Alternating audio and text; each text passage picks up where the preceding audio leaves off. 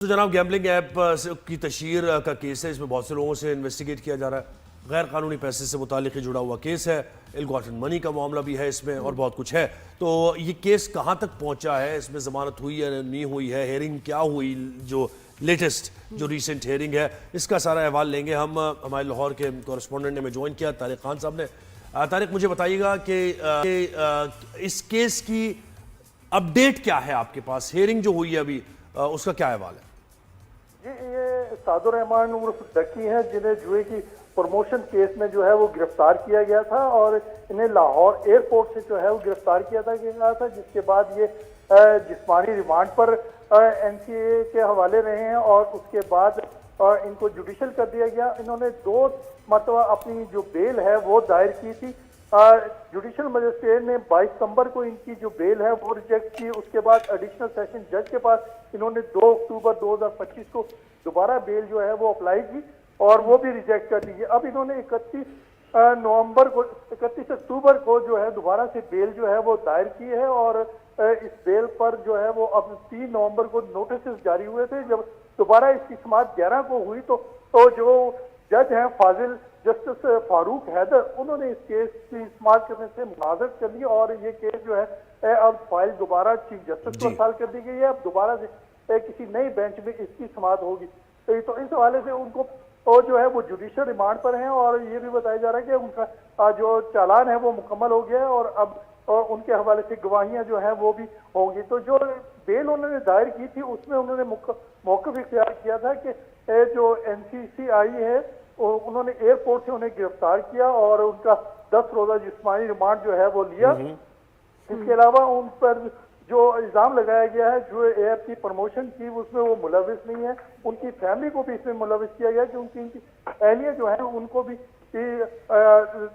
زیر تفتیش رکھا گیا اور ان کے خلاف انہوں نے بھی بیل قرار رکھی تھی، لیکن انہوں نے اب ان کو جو بیل ہے انہوں نے واپس لے لی ہے۔ اس کے علاوہ انہوں نے کہا کہ این سی سی آئی نے جو ہمارے تو طارق یہ جج نے ہیئرنگ نہیں انہوں نے کینسل کر دی، سنا نہیں کیس کو، وہ تھوڑا مجھے پلیز ذرا ایکسپلین کیجئے گا اور کیوں کیا انہوں نے ایسا، کیوں کیا انہوں نے، وجہ کیا تھی؟ فاروق حیدر نے ذرا اس حوالے سے جو ہے وہ کیس کی سماعت کی، جیسے کیس کی سماعت ہوئی تو انہوں نے کہا کہ ان کی کچھ ذاتی وجوہات ہیں جس کی بنا پر اور وہ کیس جو ہے وہ نہیں سننا چاہتے، لہٰذا وہ تو ذاتی وجوہات ہو گئی۔ اچھا مجھے بتائیں کہ صرف یہ مختصراً بتا دیجیے گا کہ یہ کیا چارج کیا لگے ہیں ان کے اوپر اور ان سے کوئی لیڈ کہیں اور بھی مل رہی ہے، کچھ اور لوگوں کو بھی انویسٹیگیٹ کیا ہے؟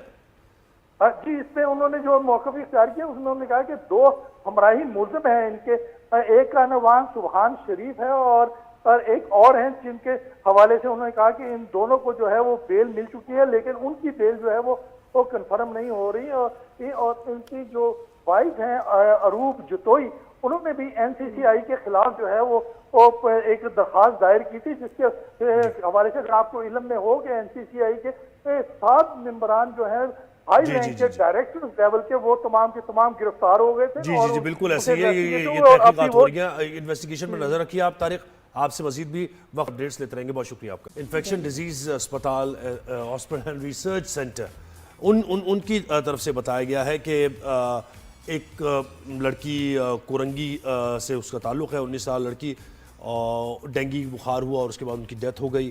اس کے ساتھ 26 ڈیتھس رپورٹ ہوئی ہیں ابھی تک ڈینگی اموات۔ یہ کوئی بہت اگریسو اس کا آئی تھنک ویریئنٹ تھا آف ڈینگی کہ بچی ایک دن جو بیمار ہوئی ہے پہلے دن ہی اس کی ڈیتھ ہوگی، تو یہ ایسا کیا ہوا؟ کیونکہ اب تو یہ ٹریٹ ہو رہی ہے کنڈیشن، بہت سارے پیشنٹس ہیں جو صحت یاب ہو کے گھر واپس جا رہے ہیں۔ بالکل ایسے تو یہ کون سا ٹائپ تھا آف ڈینگی جو کہ اتنا لیتھل تھا؟ ہاں کتنا بڑا یہ خطرہ ہے۔ اس کے ساتھ ساتھ پھر نمونیا کی بھی ہم بات کریں گے، یہ بھی بچوں میں انفینٹس میں بہت زیادہ ظاہر ہے، موسم چینج ہوتا ہے، سردی کی وجہ سے ٹھنڈ لگ جاتی ہے اور پھر یہ سارا۔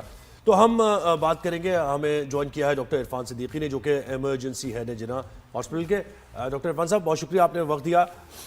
یہ مجھے بتائیں ڈینگی کا تو خطرہ بڑھتا جا رہا ہے کراچی میں بھی، حیدرآباد میں بھی اور اندرون سندھ بھی، تو کیا دیکھ رہے ہیں آپ آگے یہ مزید اسپتالوں پہ رش بڑھے گا اور کیا کرنا چاہیے ہمیں؟ جی السلام علیکم، تھینک یو۔ اچھا ڈینگی جو ہے اس کے اندر ابھی جو ہم نے اپنے ہاسپٹل کے اندر آبزرو کیا ہے تو اسٹیٹک ہو گیا, ابھی اتنا ایس سچ بڑھ نہیں رہا لیکن اسٹیٹک ہو گیا. دوسرا جو اچھی چیز یہ ہے کہ سیویرٹی کے اندر بھی کمی آئی ہے ہمارے پاس.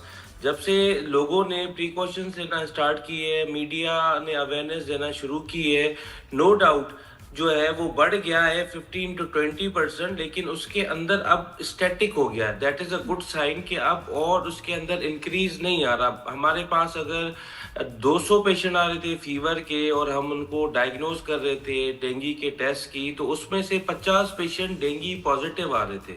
لیکن اب جو ہے وہ 30, 20, 25 ان بٹوین پیشنٹس آ رہے ہمارے پاس, اور پیشنٹس آ کے بتا رہے کہ ہم نے جو ہے پریکاشنز لینا اسٹارٹ کیے ہیں اپنی سراؤنڈنگس میں, اپنے تحت آپ اسپریز کرنا اسٹارٹ کیے ہیں, نیٹس لگانا اسٹارٹ کیے, گندا پانی کی جو صفائی ہے وہ جو ہے اپنے تحت جو ہے ہم نے صاف کرنا اسٹارٹ کیا ہے, کیونکہ ڈینگی کا ایک بہت بڑا سرج بڑھ گیا تھا.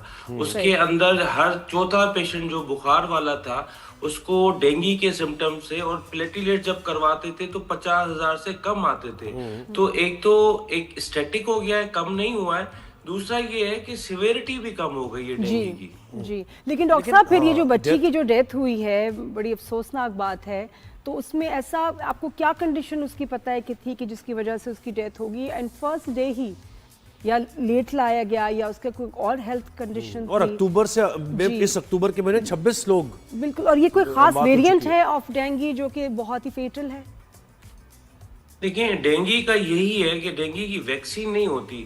میں آپ کو ایک بات سمجھانا چلوں, اگر آپ کو ڈینگی ہوتا ہے تو ڈینگی کے کوئی 50 سے زیادہ ویریئنٹس ہوتے ہیں. آپ کی امیونٹی جو ہے, اگر آپ کو ڈینگی ہوا ہے تو ایک ویریئنٹ سے آپ امیونائز ہو جاتے ہیں, لیکن جو ویریئنٹس ہیں ان کے وہ 50 ابو ویریئنٹس ہیں.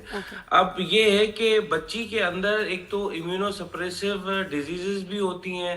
دوسرا یہ ہوتا ہے کہ جو اپنے تحت آپ بہت دیر تک فیور کو اگنور کرنا, تب تک کیا ہوتا ہے کہ پلیٹیلیٹس بہت کم ہو جاتے ہیں, پریکاشنز نہیں لینا. اب دیکھیں ڈینگی, میں ایک مینلی آپ کو اگزامپل دوں, اگر ڈینگی اگر آپ کو بخار ہو رہا ہے تو آپ جلدی آئیں اور ہاسپٹل کی طرف رخ کریں تاکہ ڈینگی کا ٹیسٹ کروا کے اور آپ کی ہائیڈریشن بہتر کریں. ٹائملی اگر ہائیڈریشن نہیں ہوتی ہے تو پیشنٹ جو ہے وہ ڈینگی شاک میں چلا جاتا ہے. انٹرنل بلیڈنگ, چھوٹی چھوٹی جو ویسلز ہوتی ہیں وہ ٹوٹنا شروع ہو جاتی ہے, اور پلیٹیلیٹس کا کم ہونے کا مقصد یہ کہ وہ جو بلیڈنگ اسٹاپیج ہے کہیں بھی باڈی سے وہ اب رک نہیں سکتی. اس کے لیے وجہ سے ڈینگی شاک میں جب پیشنٹ چلا جاتا ہے تو وہ irreversible چلا جاتا ہے. اب ایسے پیشنٹ کو ہم وینٹ بھی نہیں کر سکتے, کیونکہ جہاں جہاں اس کو ٹیوب لگے گا یا ایسا انجیکشن لگے گا وہاں سے اس کو بلیڈنگ اسٹارٹ ہو جائے گی. تو ڈیلے کرنا یا غیر ذمہ داری شو کرنا, جب آپ کے پاس سرجری کے ہاسپٹلز ہے, آپ کو فیور ہو رہا ہے اور آپ کو پتہ ہے کہ یہ ایک ڈینگی کی سرج چل رہی ہے, آ کے یہاں ہمیں دکھائیں ہاسپٹلز کے اندر,